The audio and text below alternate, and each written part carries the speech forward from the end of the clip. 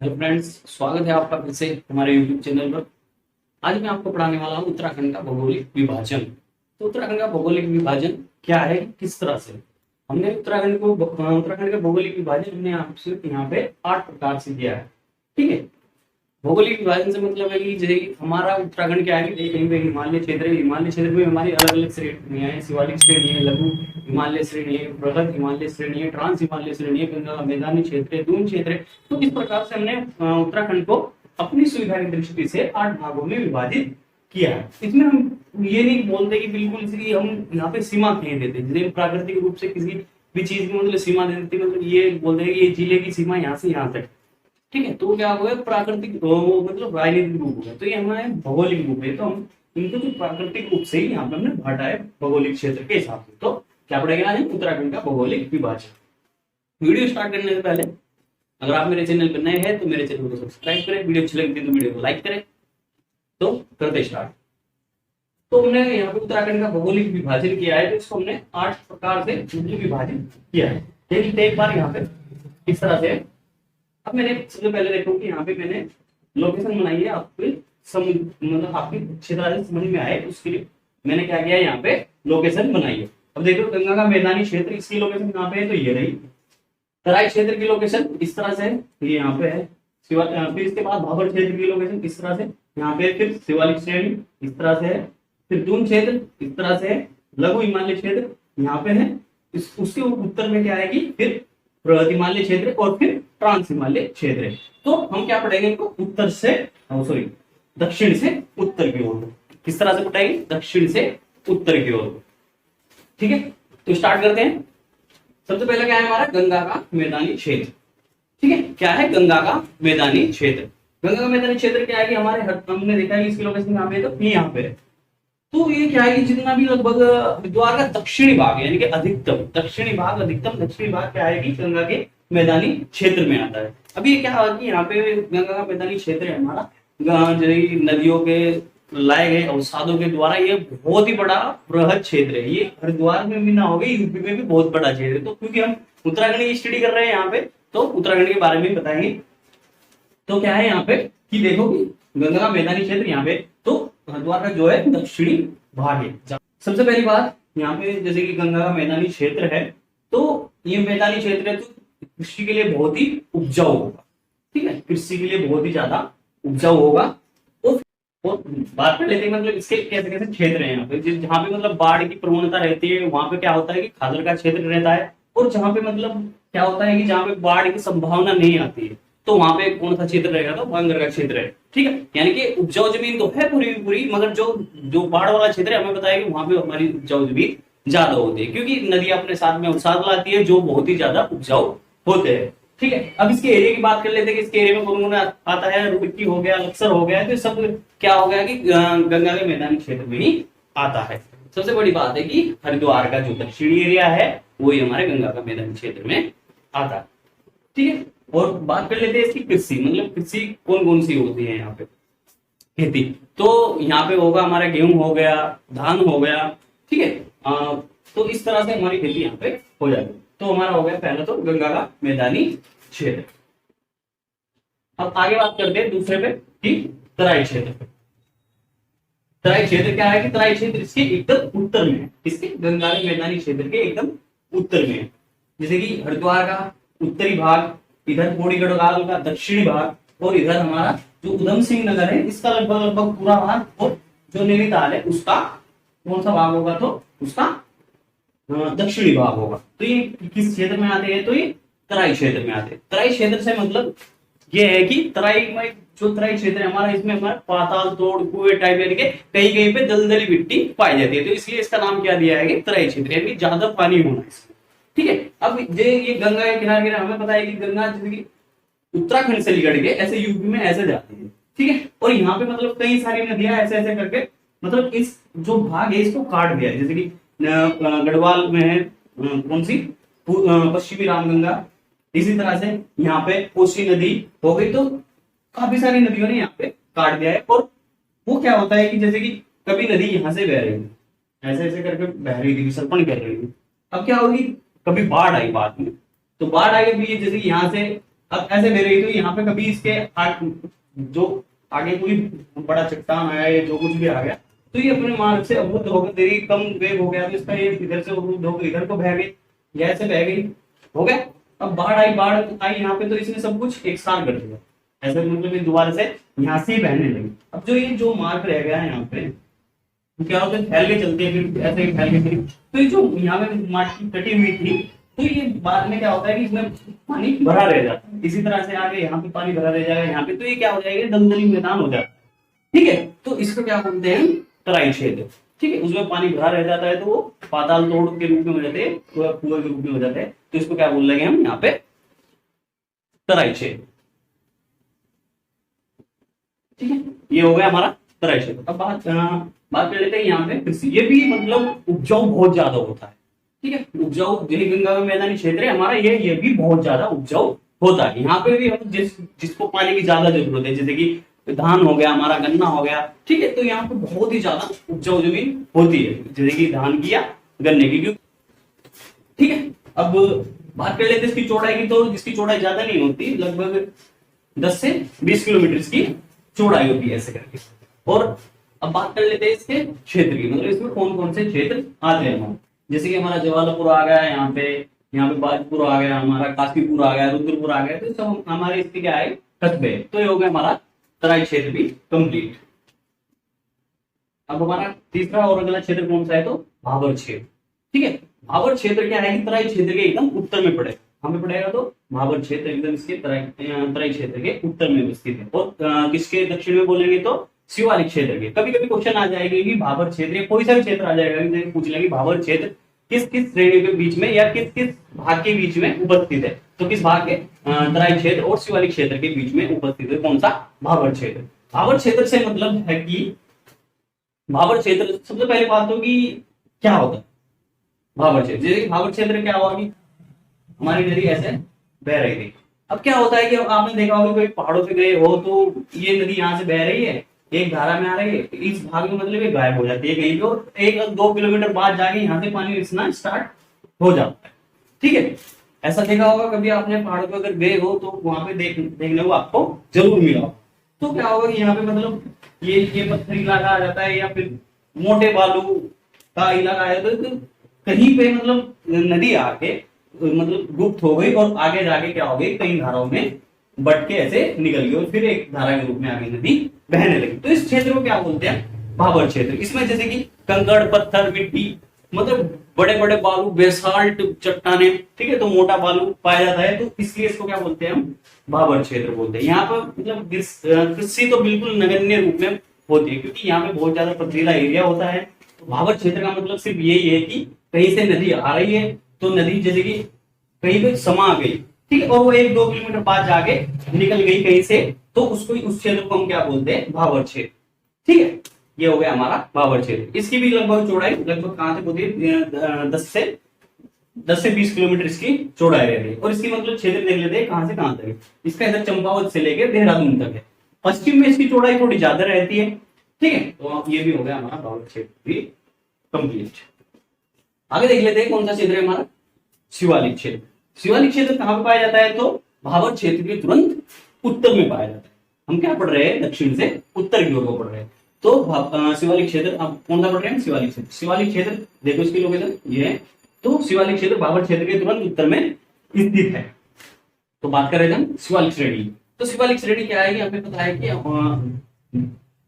कि बताया मैंने आपको पहले भी कि भाबर क्षेत्र के तुरंत उत्तर में कौन सा पड़ा है, तो शिवालिक श्रेणी। शिवालिक श्रेणी क्या है कि हिमालय पर्वत श्रेणी का ही हिस्सा है। हिमालय पर्वत श्रेणी सबसे बाद में निर्मित हुई। सबसे पहले क्या हुआ कि बृहद हिमालय क्षेत्र, उसके बाद लघु हिमालय क्षेत्र, उसके बाद शिवालिक हिमालय क्षेत्र। तो शिवालिक हिमालय क्षेत्र जो है ये बिल्कुल हिमालय पर्वत श्रेणी का ही नवीन भाग है। नवीन मतलब सबसे छोटा भाग है। इसको हम बाह्य हिमालय क्षेत्र भी बोलते हैं। शिवालिक हिमालय क्षेत्र को हम क्या बोलते हैं, बाह्य हिमालय क्षेत्र भी बोलते हैं।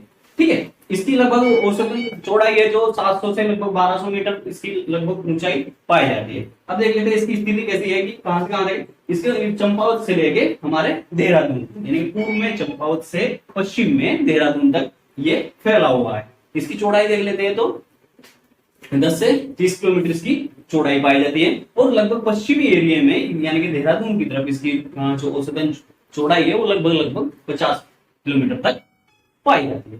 ठीक है, तो उसमें जीवाश्म की मतलब बहुत ज्यादा जीवाश्म पाए जाते हैं, क्योंकि ये इसका हिमालय पर्वत श्रेणी का सबसे नवीन भाग है, तो इसमें जीवाश्म की उपस्थिति भी बहुत ज्यादा पाई जाती है। ठीक है, बात कर लेते हैं आगे इसके कि इसमें मतलब कितने जिलों में फैली हुई, इधर चंपावत के जो दक्षिणी एरिया हो गया, इधर नैनीताल का जो नैनीताल का हो गया मध्यवर्ती एरिया, अल्मोड़ा का जो दक्षिणी एरिया हल्का फुल्का आ जाता है, इधर पौड़ी का जो मध्यवर्ती एरिया हो गया, टिहरी का टिहरी गढ़वाल जो इसका भी दक्षिणी एरिया, और जो हमारे देहरादून का दक्षिणी एरिया, और उत्तर का सॉरी हमारे हरिद्वार का उत्तरी एरिया। हमारा जो ऋषिकेश है वो लगभग लगभग पूरी तरह से क्या है कि शिवालिक श्रेणी में आता है। ठीक है, और जो हरिद्वार का जो उत्तर एरिया है सब में क्या शिवालिक श्रेणी में आ रहा है, जो शिवालिक पहाड़ियां है। फिर बात करते हैं इसको मतलब नदियों ने कहीं कहीं पे काट दिया है। ठीक है, जैसे कि इधर देहरादून को किसने अलग किया है, तो यमुना नदी ने, और टिहरी और जो है कि हमारा हरिद्वार को किसने अलग किया है, तो यहाँ पे गंगा नदी ने। इसी प्रकार जो यहाँ पे हमारा है कि पौड़ी गढ़वाल में तो रामगंगा ने, इधर नैनीताल वगैरह को भी अलग अलग नदियों ने क्या विभाजित कर दिया है अलग अलग श्रेणियों में, यानी कि शिवालिक श्रेणी को बीच बीच में काट दिया है गहरी घाटी बना। ठीक है, ये बात हो गई। अब बात कर लेते हैं कितने लगभग कितने पुरानी है, तो ये श्रेणी हमारी मायोप्लास्टोसीन युग की मानी जाती है, जो लगभग 1 लाख से 3 करोड़ वर्ष पुरानी मानी जाती है। ठीक है, अब इसकी बात कर लेती है इसमें, फिर मैंने बताया कि अभी थोड़ी देर पहले बताया कि मैंने कि इसमें हमारे जो कि जीवाश्म पाया जाता है, किस वजह से, क्योंकि ये हिमालय पर्वत की नवीन श्रेणी है। ठीक है, तो इसमें खेती बाड़ी हो जाती है, इसमें मतलब पेड़ पौधे पाए जाते हैं, सबसे ज्यादा जंगली एरिया इसमें पाया जाता है। हमारा राजेंद्र नेशनल पार्क इसी श्रेणी में आता है। ठीक है, और इसमें पेड़ जैसे कि शीशम का पेड़ हो गया, साल का पेड़ हो गया, चीड़ का पेड़ हो गया, तो ये सब क्या आता है शिवालिक श्रेणी में आता है। ठीक है, तो ये हो गया हमारा शिवालिक श्रेणी। आगे चलते हैं दून क्षेत्र का सब पहले समझ लेते हैं दून क्षेत्र होता है कि मतलब दून है क्या है। दून का मतलब होता है घाटियां, यानी कि जैसे कि बीच में, यानी कि इधर शिवालिक श्रेणी हो गई और इधर क्या हो गई हमारी मध्य हिमालय श्रेणी हो गई, और बीच में क्या हो गया मैदानी जैसा भाग हो गया। कैसा हो गया, मैदान जैसा भाग है, और हरा भरा भाग भी बिल्कुल, और मैदानी भाग, और चारों तरफ को क्या है कि पहाड़ियां है। तो इसको क्या बोलते हैं, दून क्षेत्र। यानी कि ये बीच में यहाँ पे मैदान हो गया, इधर भी पहाड़ी है, ये क्या हो गई लघु हिमालय क्षेत्र हो गया, और हमारी होगी क्या शिवालिक श्रेणी होगी। ठीक है, ये क्या हो गई हमारी, तो बीच में ऐसे यानी कि कई किलोमीटर तक का एरिया होता है। ठीक है, इसको हम क्या बोलते हैं दून क्षेत्र या दून द्वार क्षेत्र भी बोलते हैं। ठीक, तो सबसे बड़ा जो दून क्षेत्र है वो हमारा किधर है, यहाँ पे देहरादून में, जो लगभग इसकी लंबाई कितनी है 75 किलोमीटर तक इसकी लंबाई है, और इसकी चौड़ाई लगभग कितनी है, तो 30 से 35 किलोमीटर तक इसकी चौड़ाई। ठीक, अलग अलग मतलब श्रेणियां हैं, जैसे कि यहाँ पे देहरादून में दून क्षेत्र हो गया, इधर द्वार क्षेत्र हो गया, तो अलग अलग यानी कि अल्मोड़ा में भी है, देहरादून में भी है, नैनीताल में भी है। ये सब क्या है कि दून क्षेत्र हमारा किस किस के बीच पड़ता है, तो शिवालिक श्रेणी उत्तर में और लघु हिमालय के दक्षिण में पड़ता है। कौन सा हमारा दून क्षेत्र। यहाँ पे जैसे कि हमें पता है कि बीच में मैंने बताया कि समतल एरिया पड़ता है, तो समतल एरिया पड़ने की से मतलब क्या है कि यहाँ पे जनसंख्या घनत्व भी अधिक पाया जाएगा। जनसंख्या घनत्व अधिक पाया जाएगा, यहाँ पे खेती भी करते हैं, जैसे कि यहाँ पे गेहूं भी उगते हैं और आपके धान भी उगते हैं, तो यहाँ पे हमारी खेती बाड़ी अच्छी होती है, पैदावार भी अच्छी होती है। तो ये क्या हो गया हमारा दून क्षेत्र हो गया। ठीक है, और एक और बात कि जो ये दून क्षेत्र ये शिवालिक श्रेणी से नीचा होगा, ऊपर उठा भाग नहीं होगा, नीचा भाग होगा। ठीक है, तो ये हो गया हमारा दून क्षेत्र। अब आगे चलते हैं किस पे, तो लघु हिमालय क्षेत्र। लघु हिमालय क्षेत्र, सबसे पहली बात है कि लघु हिमालय क्षेत्र ने हमारे उत्तराखंड का सबसे ज्यादा भाग घेरा हुआ। इसने लघु हिमालय क्षेत्र में, ये क्या है कि हिमालय पर्वत श्रेणी का जो मतलब लघु क्षेत्र है, मतलब हिमालय पर्वत श्रेणी का क्या है ये लघु क्षेत्र। ठीक है, यानी कि बीच में स्थित है शिवालिक श्रेणी और किसके बृहद हिमालय क्षेत्र के, और शिवालिक हिमालय क्षेत्र के बीच में स्थित है। तो कौन सा वो हमारा है लघु हिमालय क्षेत्र। लघु हिमालय क्षेत्र की लोकेशन ये रही, यानी कि यहाँ पे अगर हम इसको दून द्वार को ना भी पढ़े तब भी काम चलेगा, मगर शिवालिक श्रेणी, क्योंकि तीनों श्रेणी क्या आएगी हिमालय पर्वत श्रेणी का हिस्सा है। कौन कौन सा, बृहद हिमालय क्षेत्र, लघु हिमालय क्षेत्र और क्या आएगी यहाँ पे शिवालिक हिमालय क्षेत्र। ठीक है, इसकी चौड़ाई देख लेते हैं कितने से कितनी है। तो इसकी चौड़ाई हो गई हमारी 1200 से 4500 मीटर। कितनी? 1200 से 4500 मीटर इसकी क्या होती है? चौड़ाई। यानी कि इसकी जो पहाड़ियों की चौड़ाई, सॉरी, जो पहाड़ियों की ऊंचाई है, पहाड़ियों की ऊंचाई कितनी है इसकी है? तो 4500 मीटर तक। ठीक है, आगे बात कर लेते हैं इसके मतलब कि कहां से कहां तक फैला। इधर चंपावत से लेके ये भी हमारा क्या, देहरादून, और ये उत्तरकाशी का हल्का फुल्का दक्षिणी भाग आ जाता है। अब देख लेते हैं कि कौन कौन सा, मतलब कैसे कैसे। देहरादून का लगभग उत्तरी एरिया, टिहरी गढ़वाल का दक्षिणी एरिया, दक्षिणी और मध्यवर्ती एरिया किसका? टिहरी गढ़वाल का। पौड़ी गढ़वाल का उत्तरी एरिया।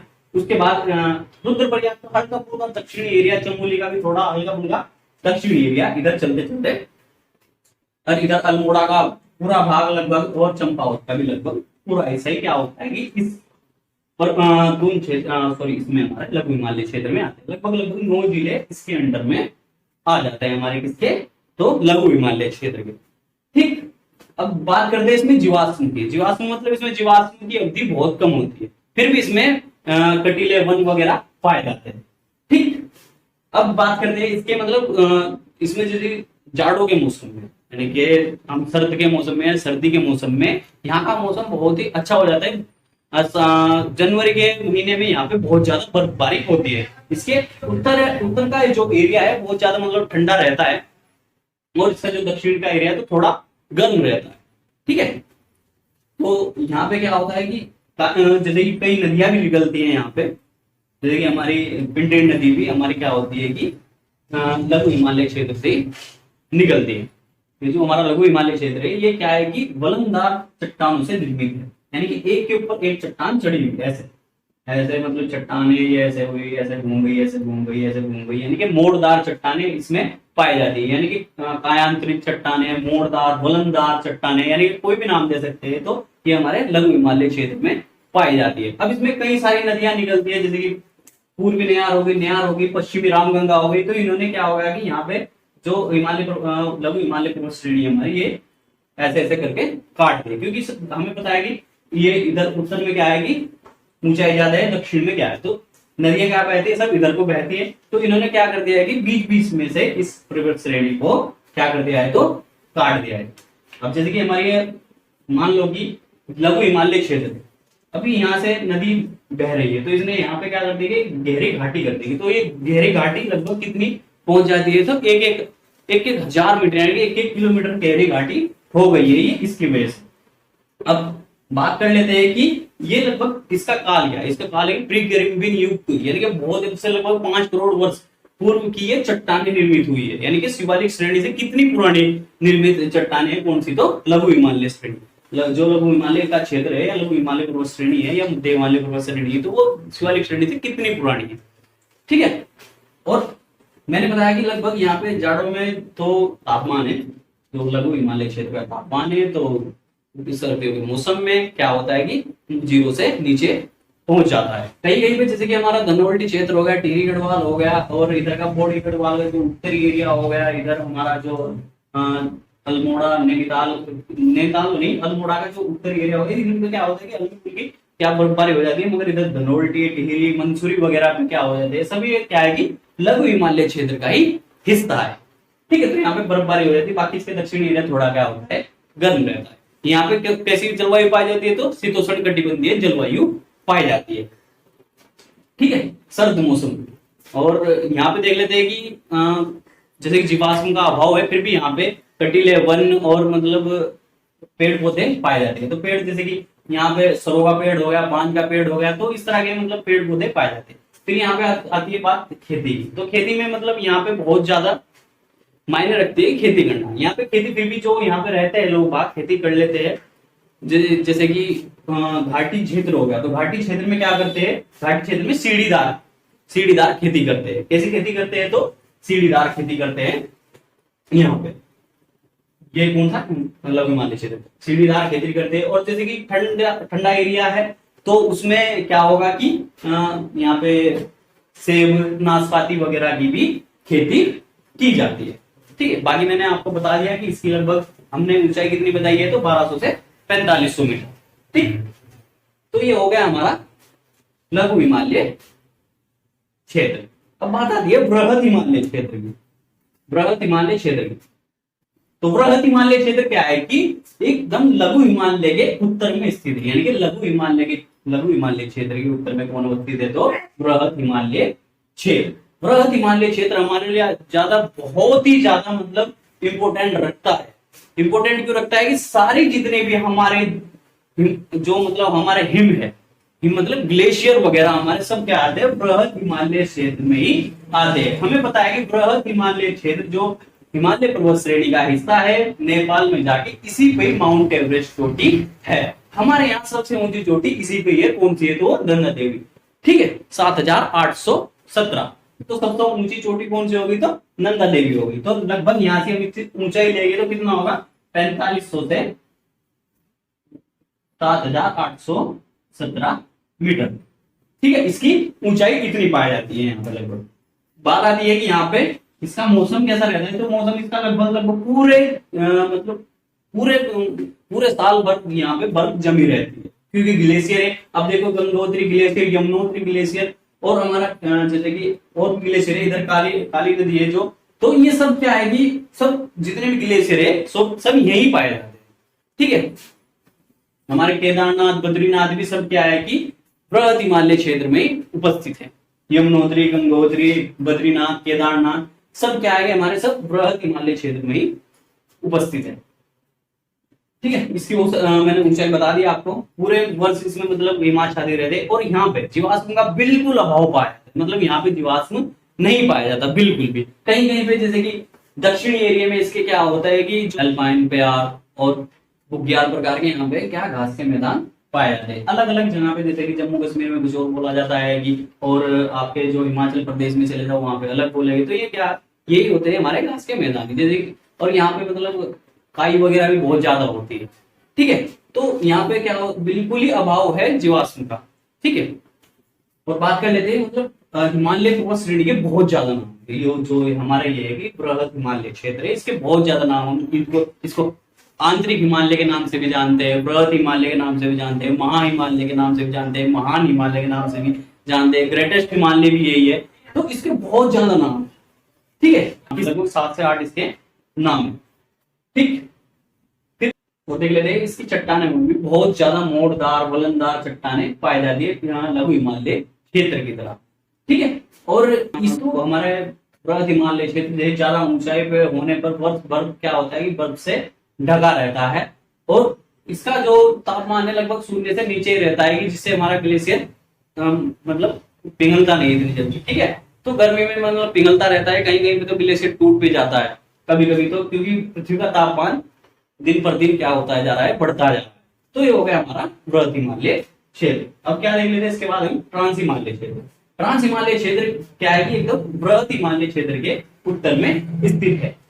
तो ये क्या है कि जो ट्रांस हिमालय क्षेत्र है, इसका कुछ भाग हमारे पास उत्तराखंड में, इधर ऐसे क्या यहाँ पे क्या बोलते हैं कि हिमाचल प्रदेश में कुछ, और इसका कुछ भाग क्या है कि चाइना के पास है, क्योंकि ये तिब्बत का पठारगाही हिस्सा है। और जो इसकी ऊंचाई है वो इससे कम है। तो इसकी ऊंचाई कितनी है, लगभग 2500 से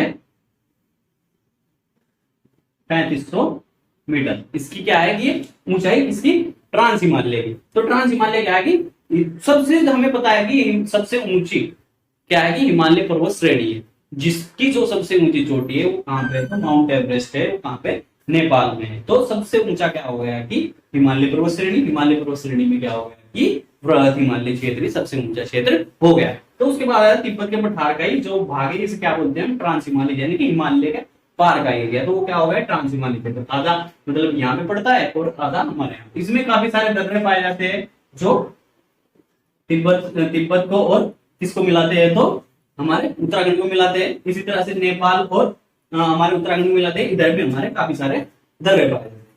तो जो क्या हो गया, हमारा ट्रांस हिमालय क्षेत्र भी हो गया। एक और बात की, इसकी लगभग औसत चौड़ाई कितनी है, 20 से 30 किलोमीटर इसकी औसत चौड़ाई पाई जाती है। ठीक है, तो ये हो गया हमारा उत्तराखंड का भौगोलिक क्षेत्र। उम्मीद करता हूं कि आपको वीडियो अच्छी लगी होगी। वीडियो अच्छी लगी तो वीडियो को लाइक करें, और आपको कहीं भी समझ में नहीं आया तो वीडियो को दोबारा देख सकते हैं। और ऐसे ही हमारे चैनल पर अपना प्यार बना रखें, वीडियो शेयर करें, अपने दोस्तों के साथ शेयर करें। बहुत अच्छी वीडियो बनी है। तो आज के लिए बस इतना ही। थैंक यू, जय हिंद दोस्तों।